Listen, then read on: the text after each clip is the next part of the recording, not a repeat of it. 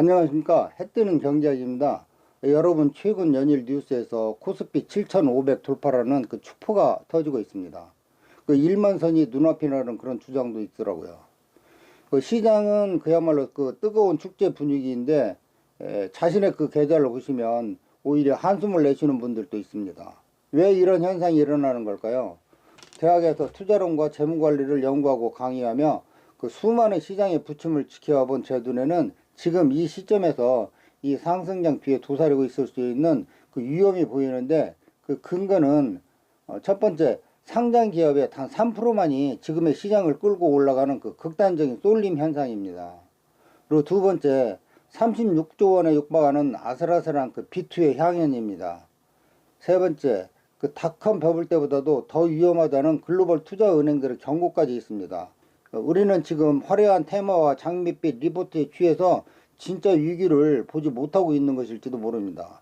그래서 오늘은 모두가 희망과 기대에 젖어 있을 때 한 발 물러서서 시장의 진짜 민낯을 객관적으로 해부해 보려고 합니다. 지금 당장 남들을 따라갈 것인지, 아니면 혹시 모르는 위험에 대비해서 나만의 튼튼한 방패를 준비할 것인지, 오늘 제가 짚어드릴 그 시장의 경고 시그널과 대응 시나리오를 함께 하시면서 여러분만의 해답을 찾아보시길 바랍니다. 자, 그럼 지수의 환상 속에 가려진 그 첫 번째 이야기부터 시작을 해보겠습니다. 코스피가 사상 첫 7,500을 돌파를 했습니다. 이 7,500이 적정한지, 그리고 위험은 없는지, 그리고 내 지수하고 괴리감은 없는지, 이런 것들을 한번 살펴보려고 합니다. 지수가 올랐다고 모든 주식이 다 오른 건 아닙니다. 실제로 사상 최고가를 경신한 그 종목은 전체의 3%도 안 됩니다. 인공지능 인프라 투자 확대로 인해서 삼성전자하고 SK 하이닉스 등 그 소수 기업이 지수 상승을 이끌고 있기 때문입니다. 이 3%가 전체 지수 상승의 그 70% 이상을 견인하고 있다는 결과죠. 그리고 최근에 그 신용거래 융자 규모가 36조 원을 육박을 하고 있는데, 그 빚을 내 가지고 투자를 하는 그 조급함이 부른 결과라고 생각을 합니다. 이거는 fear of missing out, 그 포모 현상으로 무리한 투자를 하고 있다는 결과죠. 그래서 이런 그 빚을 내서 투자하는 것은 주가 하락 시에 반대 매매의 그 위험이 증가를 하고 있습니다. 지수는 7,500이지만 그 밸류에이션은 그 코로나 수준하고 똑같습니다. 그 놀랍게도 그 지금 코스피의 주가 수익 비율은 그 코스피 12개월 선행 그 PER로 볼 때 1.18배입니다.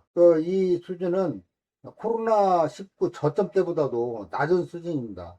이것은 주가보다도 기업의 이익 전망치가 훨씬 더 빨리 올랐기 때문에 주가 수익 비율 PER이 높아지지 않고 오히려 더 낮아진 것입니다. 그래서 이 반도체를 빼고 계산을 하면 이 수치는 14배 이상으로 훨씬 비싸집니다. 이 PER이라는 것은 주가 나누기 주당 순이익인데, 지금 반도체 등의 주가가 많이 올랐음에도 불구하고 주당 순이익은 더 많이 올랐기 때문에 주가 수익 비율이 7.18배로 오히려 더 낮아지고 있습니다. 반면에 이 반도체를 제외한 그 PER은 14배에서 15배 정도 되는데, 그 반도체를 제외한 종목들의 PER이 오히려 높다는 것은 PER 기준만으로 볼 때 이들 주식이 상대적으로 고평가되었다는 것을 뜻하는 것입니다.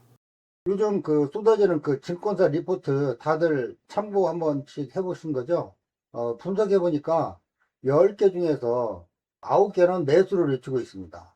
하지만 실제로 목표 주가에 도달할 확률은 19%에 불과합니다. 증권사의 장밋빛 전망을 그대로 믿기보다는 조금 비판적인 시각으로 보실 필요가 있다고 생각을 합니다. 최근에 한 신발 회사가 이름에 AI를 넣었다는 이유만으로 하루 만에 주가가 800% 넘게 폭등했다가 다시 폭락한 일이 있었었죠. 기업의 진짜 실력보다는 단순히 테마에 편성하려는 투기 심리가 크게 다르다는 증거입니다. 이런 현상은 2000년대 닷컴 버블 때하고 비슷합니다. 이 사건의 주인공은 실리콘밸리에서 가장 편한 신발로 불리면서 한때 기업 가치가 40억 달러에 이르렀던 올버저라는 회사인데요. 이 올버저가 2026년 4월 돌연 그 신발 사업 부분하고 지적재산권을 매각을 하고 인공지능 인프라 기업으로 탈바꿈을 하겠다고 선언을 합니다. 그 새로운 사명은 AI를 집어넣어 가지고 뉴 올버즈라고 이런 이름으로 발표를 했었습니다. 이거 발표한 날 한때 장중에서 전일 대비 835%까지 치솟았었습니다. 이러한 현상들이 2000년대 그 닷컴 버블 당시하고 패턴이 유사하다고 볼 수가 있죠. 기업의 그 본질과 본질 가치하고 무관한 그 묻지마 투자가 만연한 거에 해당이 됩니다. 여기에 그 글로벌 환경도 별로 순탄하지 못하죠. 중동 지역 그 긴장감이 높아지고 있고 국제 유가가 치솟고 있고 에너지를 수입하는 그 우리나라 경제 특성상 유가 급등은 기업의 비용을 늘리고 물가를 자극하는 아주 치명적인 요소가 됩니다. 그래서 기술주는 신고가를 이루고 있고 있지만 그 체감 경기는 굉장히 낮은 수준에 있습니다. 우리나라하고 그 주가에 궤를 같이 하는 미국의 경우에 보면은 소비자 심리 지수가 70년대 역사상 최저치입니다. 미국의 그 S&P도 많이 오르고 있지만 이러한 현상들이 체감 경제하고 자산 가격에 극심한 괴리를 보여주고 있는 현실입니다. 주식시장의 그 과열 정도를 나타내는 지수 중에 그 워렌 버핏이 만든 그 버핏 지수라는 것이 있습니다.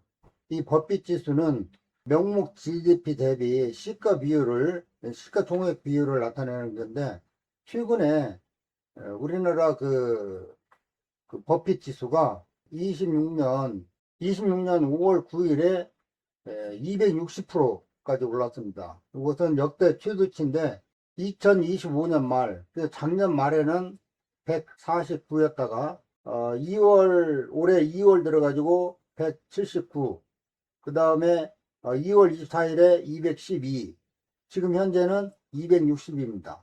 버핏 지수는 100% 초과시에 그 고평가되어 있다고 생각을 하고 200%에 근접을 하면은 과열 신호라고 보는데 우리나라는 지금 현재 260이니까 굉장히 과열되어 있다고 평가를 할 수 있는 거죠.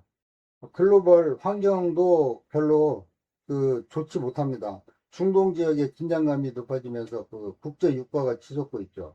에너지를 수입하는 우리 경제 특성상 유가 급등은 기업의 비용을 늘리고 물가를 자극하는 아주 치명적인 위험 요인입니다. 주가가 오르고 물가가 안 잡히니 그 연준도 당장 금리를 내리기 힘들어졌습니다. 빚이 있는 가게나 기업 모두에게 이자 부담이 커지는 그런 환경이 되어 있습니다. 미국이 이제 이자를 내리기가 힘들어졌다는 얘기는 우리나라도 금리를 내리기가 힘들어졌다는 얘기입니다. 미국이 금리를 내리지 않는데 우리가 금리를 내리게 되면 금리 차가 더 커져서 자금이 유출될 수 있기 때문입니다. 5월 시장 변동 속의 그 딜레마를 보면 5월에는 팔아라 하는 그런 격언이 있는데 단기 과열에 따른 강력한 차익 실현 압력이 나타나고 있습니다. 이러한 현상을 방향성의 전환인지 아니면 매물 소화 과정인지 이것을 잘 판단을 해야 됩니다. 그 시야를 넓게 보면 세계 경제 자체가 구조적인 그 저성장 늪에 빠져 있습니다. 고령화 등으로 그 경제 기초 체력이 약해져 있고 주식 같은 그 자산 가격만 크게 올라 있는 그런 기묘한 현상이죠. 이러한 상황에서는 작은 충격이 와도 금융시장이 무너질 수 있기 때문에 꽤 조심을 해야 됩니다. 사학개미 열풍으로 구조적으로 해외 투자가 증가를 하고 있는데 이렇게 해외로 나가는 돈이 구조적으로 늘어나면 달러 수위가 높아져서 원화 가치가 약해지고 환율이 오르는 거죠. 이런 그 불안한 환율은 외국인 투자자들의 자금 이탈을 또 부추길 수가 있습니다. 그래서 환율 상승이 대외 건전성에 미치는 악영향이 나타나고 있습니다. 중국 경제도 보면은 그 중국의 그 부동산 침체, 그 지방정부 부채가 증가를 해서 내수 회복이 지연이 되고 있고 구조적인 그 문제점이 나타나고 있습니다. 이런 현상들은 우리나라 경제에 전반적인 충격을 줄 수가 있습니다. 지수가 7,500이라고는 하지만 그 화려한 지수 이면에 숨겨진 그 불균형이 있습니다. 실물 경기, 그리고 밸류에이션, 매크로에 엇박자가 나타나고 있습니다. 낙관론에 휩쓸리지 않는 그 객관적인 진단이 필요합니다.